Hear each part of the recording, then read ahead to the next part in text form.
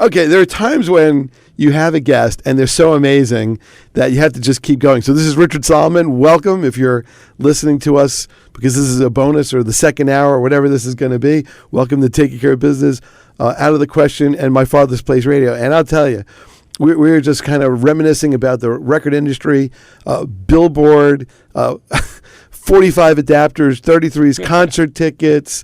We didn't even get to things like Ticketmaster or when they went into the record stores. I mean, there was so much we didn't even cover. And yet, if you missed the first hour, it's definitely up on all the platforms, podcast, iTunes, the whole schmear. It's all out there. So if you can, join us. I'm sure you'll love this segment and circle back. You can always send us an email. So Scott Sheryll is a veteran of the music industry. And specifically of the record business, when it was a record industry, So we were talking in the prior show about great moments or great fun experiences, and you talked about concerts. Do you remember some of the concerts that you saw? Oh boy, we saw so many. It's easier to go backwards and say who we didn't see. We didn't see the Beatles. I never got a chance to see the Who, but we saw. Yeah, Clapton and the Stones, and we saw the Rolling Stones in 1975, maybe one of the best shows. It's hard to come up with what's the best show you ever saw, but they were so at their peak. Ronnie Wood had just joined the band. Eric Clapton came out and did 2 encores with them. It was fabulous. Zeppelin. We saw Elton John, the Goodbye Yellow Brick Road tour. I saw Timely, one of Queen's first concerts in America. They were unknown. They did have a couple of albums out that hadn't sold yet. They were on the Mott the Hoople Farewell Tour, and we saw them at the Uris Theater on Broadway in Manhattan, and they blew us away. And it was a perk in the record business. I worked for a small chain, so we had the salesmen from the labels would come in, and we would smoke a little pot, and you got to know these guys. It's legal now. If you see this movie that I was telling you about, Tower Records, All Things Must Pass, you see that this was part of the business. It was always part of the record business. And so the salesmen from the labels would come in and they would just chuck you seats. Yeah, Bad Company, Foreigner. I mean, everybody that was out at the time, they would come in and they would just give you tickets. They don't do that anymore in the record business because the tickets are so valuable that they don't give them away.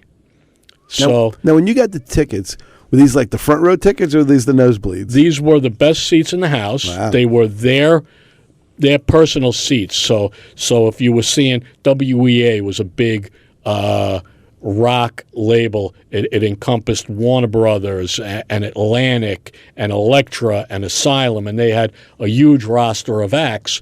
And it wasn't front row on the floor because those really weren't the best seats in the house. The best seats in the house was one level up, front row, right next to the stage, first box, and we sat in the best seats in the house for every show that we went to.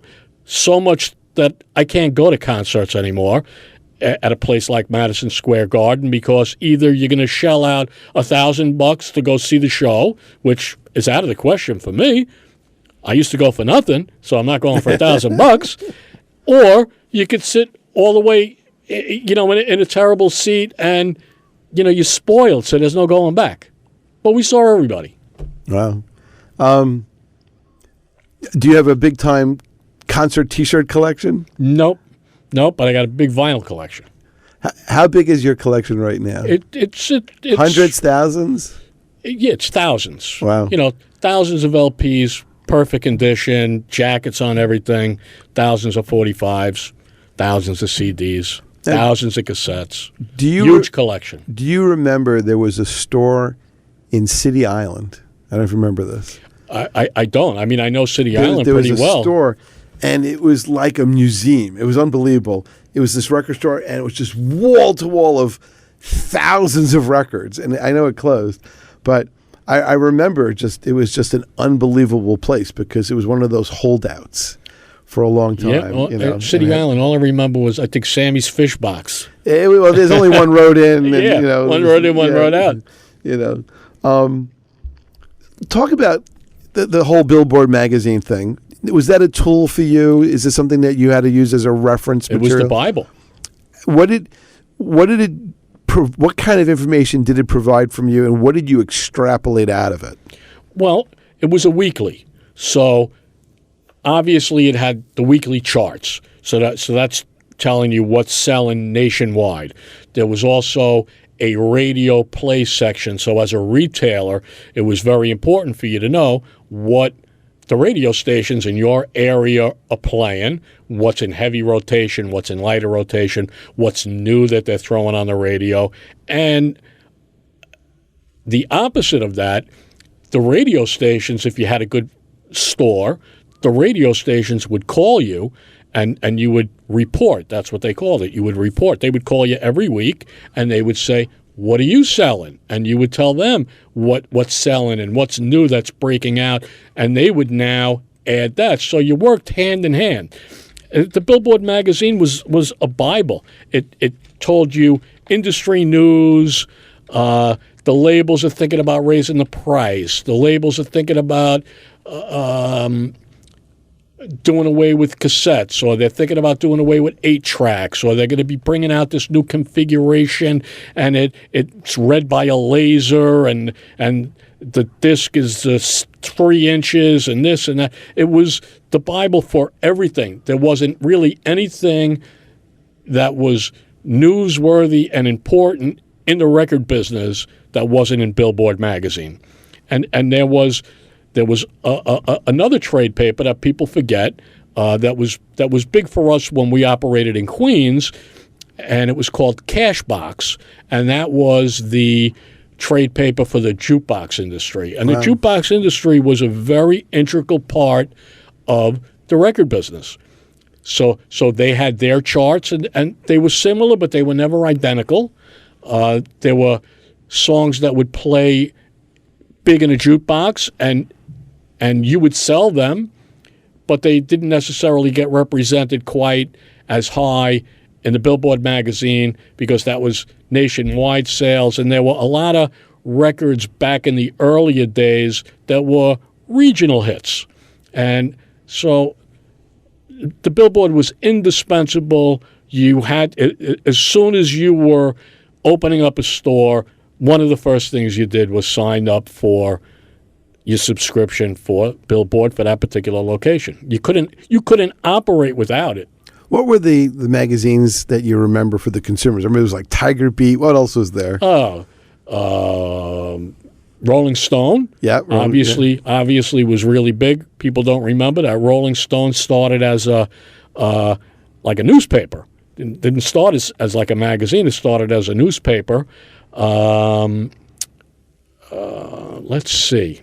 I'm sorry, I'm coming up with a blank. All right. As far as the magazine. Well, you're going to shift back. Cashbox and Billboard. All right.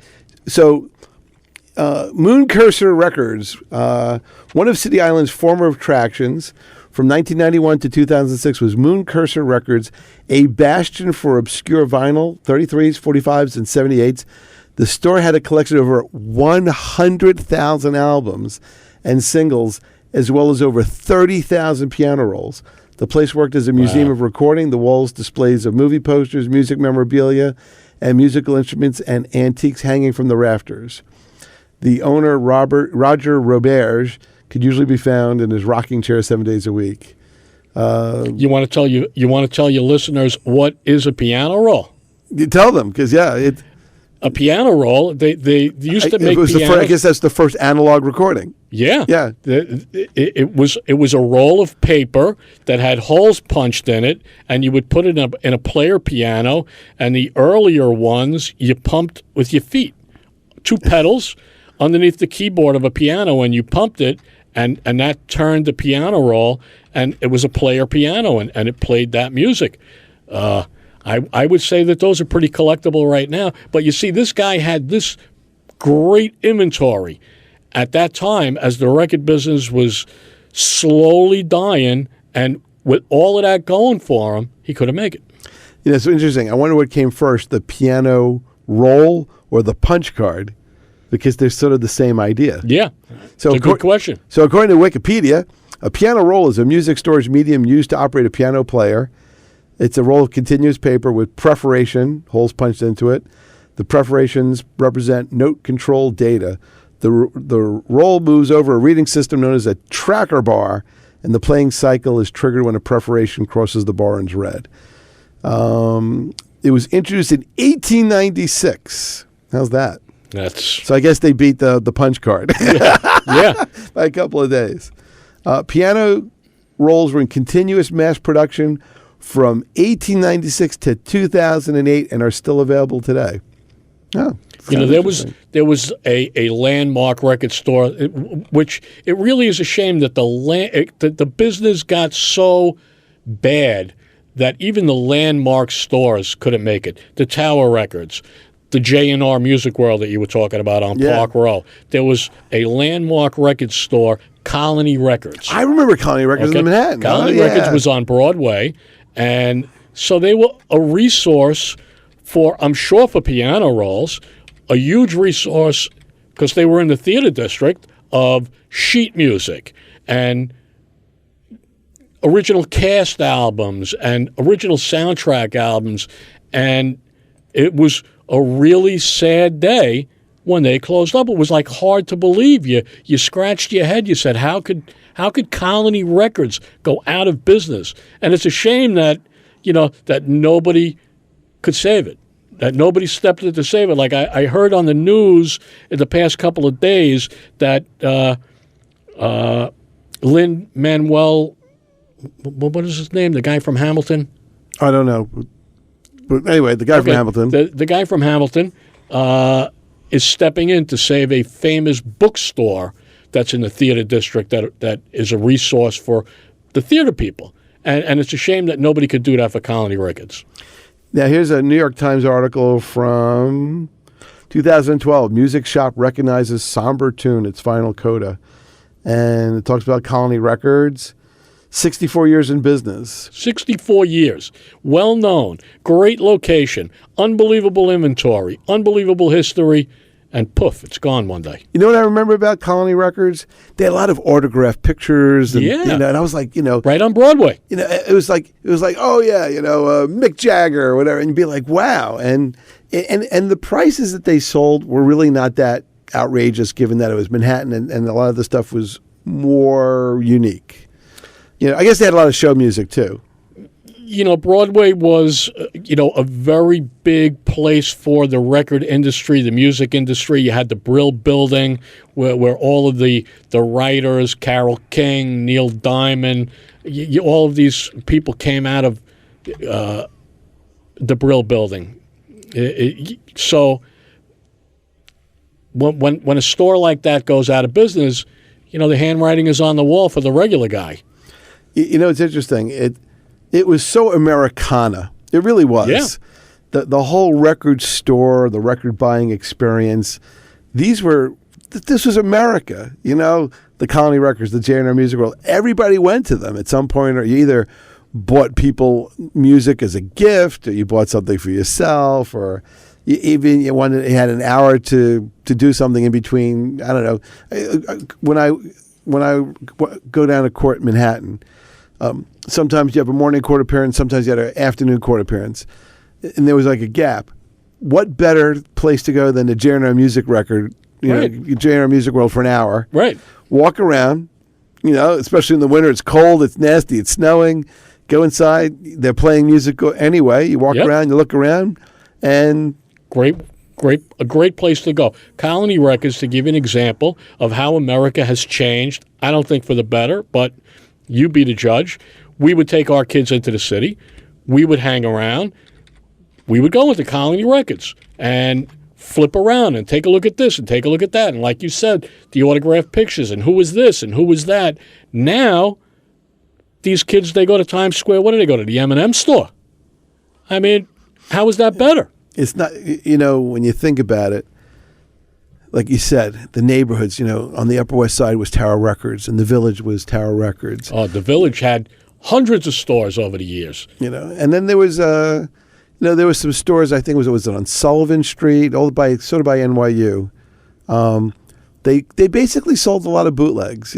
Still a few stores down there. Yeah, I remember there was Bleecker Bob's. Bleecker Bob's. Let's talk about Bleecker Bob's. That was probably a well-known place for a long time. They Bleecker hung Bob's, on Downstairs Records. There were a lot of, particularly in the city, like I was saying to you before. Yeah, you knew the chains, but there were just tons of independent record stores. Tons of independent record stores. Great. They had their niche. They didn't carry everything. They carried what they were known for, whatever that might be. And it was great. It was great. There still are some stores down there, down by NYU. Well, you know what? We got to keep them all alive because it really was an experience. That's what it was. It was an experience, and that the bookstore is basically a thing of the past because even the current bookstores are selling other things, right, to prop themselves up. A number of different bookstore chains have gone out completely. Borders, Books A Million, are all gone. The record stores are all gone. Radio Shack is gone. All the people who stole sold stereo equipment. Things change. That's part of life, but it's a shame when certain things go. It was funny. I remember there were people who were like, we used to call them the stereo gods, but these were the people who had the highest end stuff.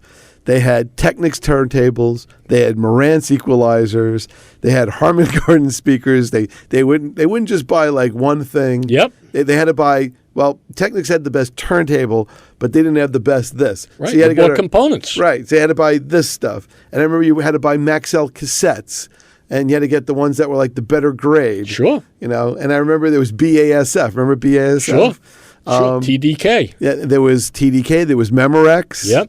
There was all these brands, and you always wanted to record on the really good stuff. And I remember, and it made a difference. Oh yeah.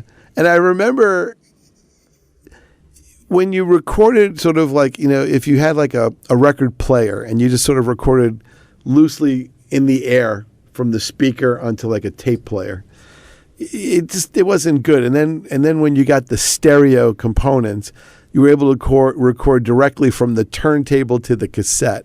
And I remember that was a big deal.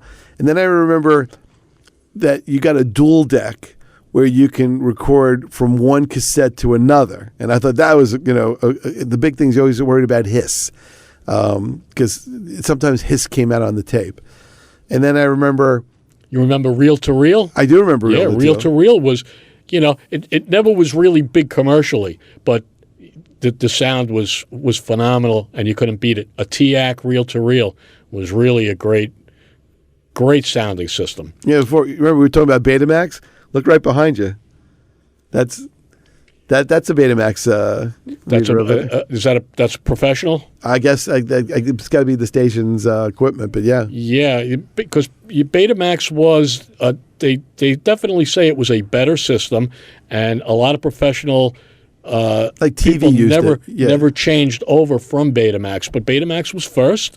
I think it was Sony. Right? Sony came Betamax, out with the Betamax, and I think JVC was the pioneer.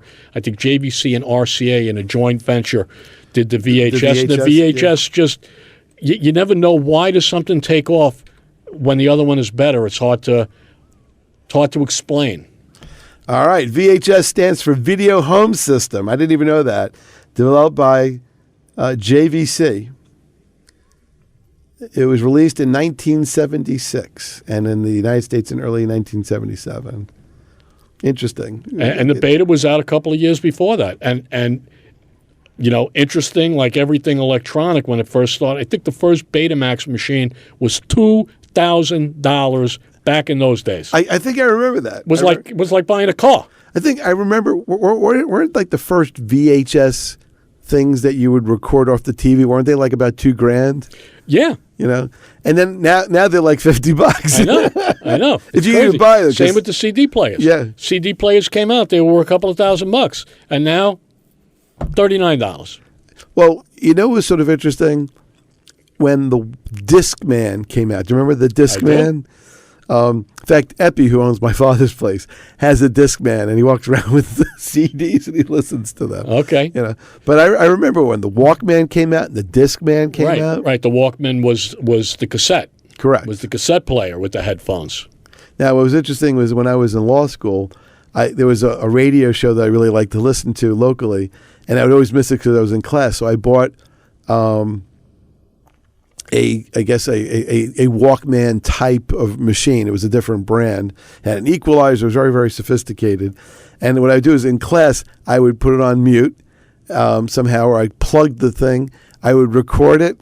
And then when I got back to my apartment in D.C., I would then listen to the show because in those days there was no way of taping or anything like that. Okay. So I brought the equipment with me, kept it under my desk. Nice. Recorded it. And I still have the cassettes to this day.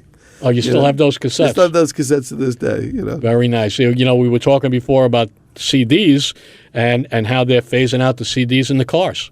That to me is a tremendous loss. Oh, talking about that's like almost the record store was somewhere out there, and that was a loss. But the car is very personal. Think about how much you live in the car. A lot of people eat in the car. You take kids to school in the car. You go to college in the car. You commute to the car. You drag all kinds of stuff around in the car. And we spend a lot of time in this country in cars. And what do you do, especially at nighttime? You can't talk on the phone all the time.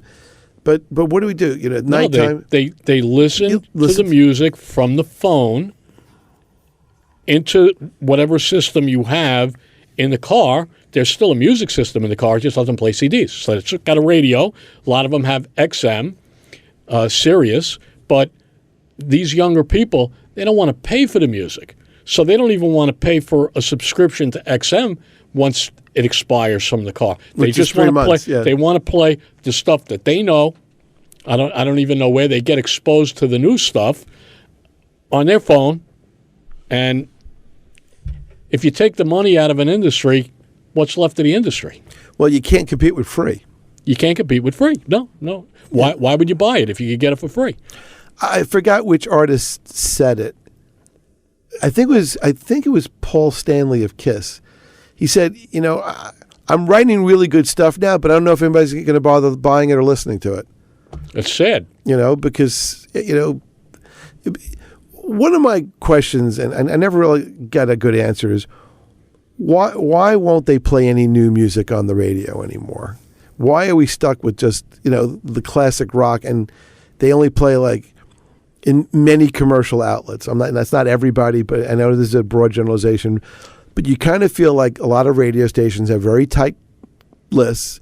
It's always Freebird and Sweet Home Alabama and Rhiannon and The Chain and the same 500 songs. It's the same songs over and over again, and you almost ask yourself, I know Leonard Skinner had more than 2 songs. They've been around for 50 years. They had documentaries. Part of it is that the radio stations are owned by big corporations that own radio stations coast to coast, hundreds of radio stations. They have a program manager who's 28 years old.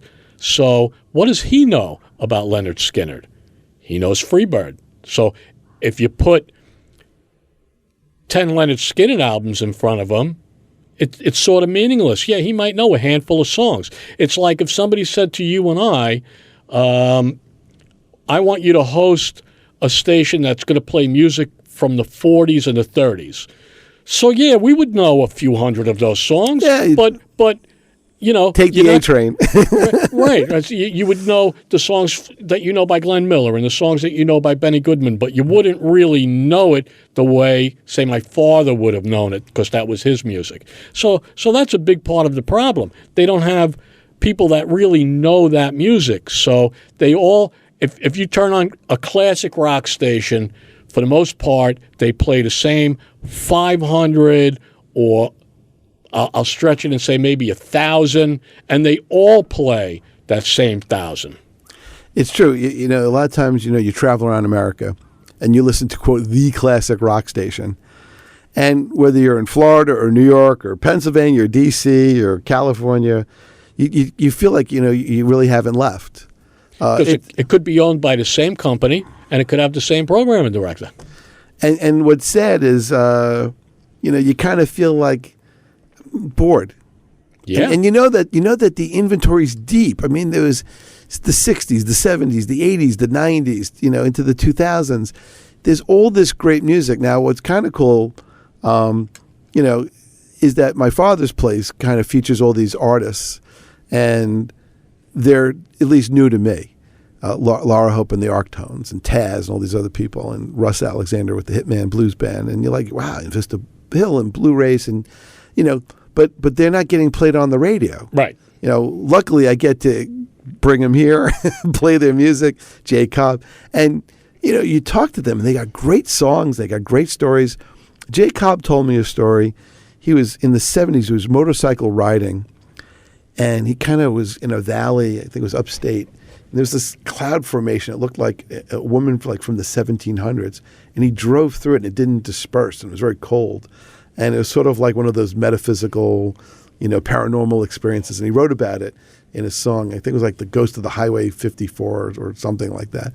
And, you know, when you talk to different people about the songs that they write or whatever, Laura Hope and the Arctones have a really funny song called I love you more today than yesterday, because yesterday you really pissed me off. And it's a great tune, and we could all relate. and they got a great sound, and Taz he's going to be amazing. He's just going to be an incredible, you know, talent. You know, Epi, that was always Epi's thing, was exposing people to new artists. And so when you see the roster of people that played at the old My Father's Place, you're like, wow, everybody played there. But most of them played there when they were nobody. Yes. You know, when they were up and coming and people didn't know who they were. So who knows where these people go. But I'm not sure that the younger people are going to be interested in a guitar player that sounds like Hendrix. You and I will like that. But my 3 kids, I'm not sure they're going to say, wow, that kid is a great guitar player. Let me go buy his album. Or let me go download his album, or whatever they do. So, you know, it's true. Like, Taz really is just a great artist, and he's a good kid. He's a really nice guy, and he's got so much future in front of him. And he's played in his young life.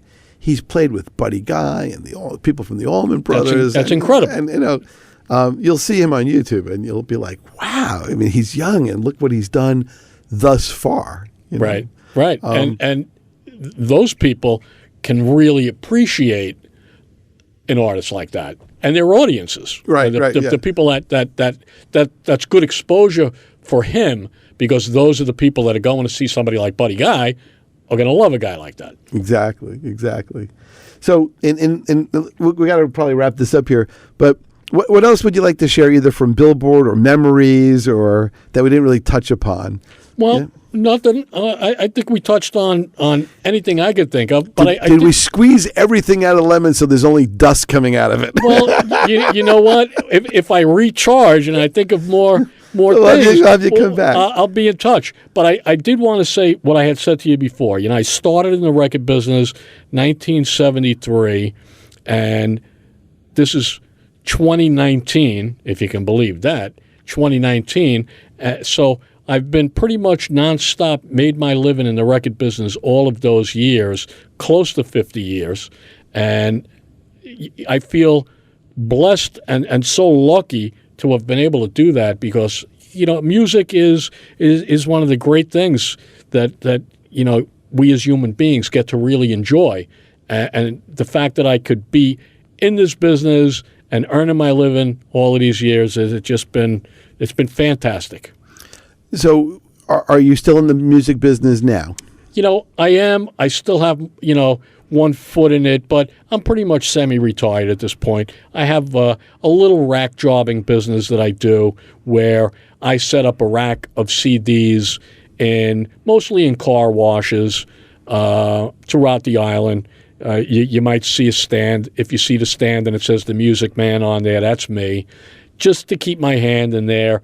It's all I know. It's all I've done my whole adult life, and it's nice to be able to continue to operate and meet people and talk to people about the music business. Are the big chain stores like Target and Walmart, are they selling any more CDs, or that's very, very limited? Because I noticed that their inventory keeps shrinking. It used to be a couple aisles, then it was one aisle, then it was just sort of Christmas music. You saw last year Best Buy, which was one of the last stores that was carrying a pretty decent inventory, and they went out. So, why would they go out of something when they have it? They went out of it because it just wasn't worth it to carry it anymore. People just aren't buying music anymore. They don't want to buy it. So you go into Walmart. I mean, Walmart, your average Walmart, maybe they have 300, 400 CDs on display. Nothing particularly great, no great selection of anything. But it's an impulse thing. If you happen to be in there looking at big screen TVs and you see a CD, you'll grab it. I'm sure they're selling it. They have so many stores that if you add it all together, they're selling some. I still sell some. We sell older stuff. Frank Sinatra, Dean Martin, Janis Joplin, a lot of Billy Joel's, stuff that I know that we're going to sell here on Long Island because I'm doing it all my life, so I know what the customer here that would buy a CD, what they would want to buy. But it's slow. But it still gives me something to do, and so I keep myself out there and I enjoy it. So that's really what it is. It's like a hobby, and maybe I make a few shekels. So what is the top 50? Like, do you have your own? Scott's Hot 100.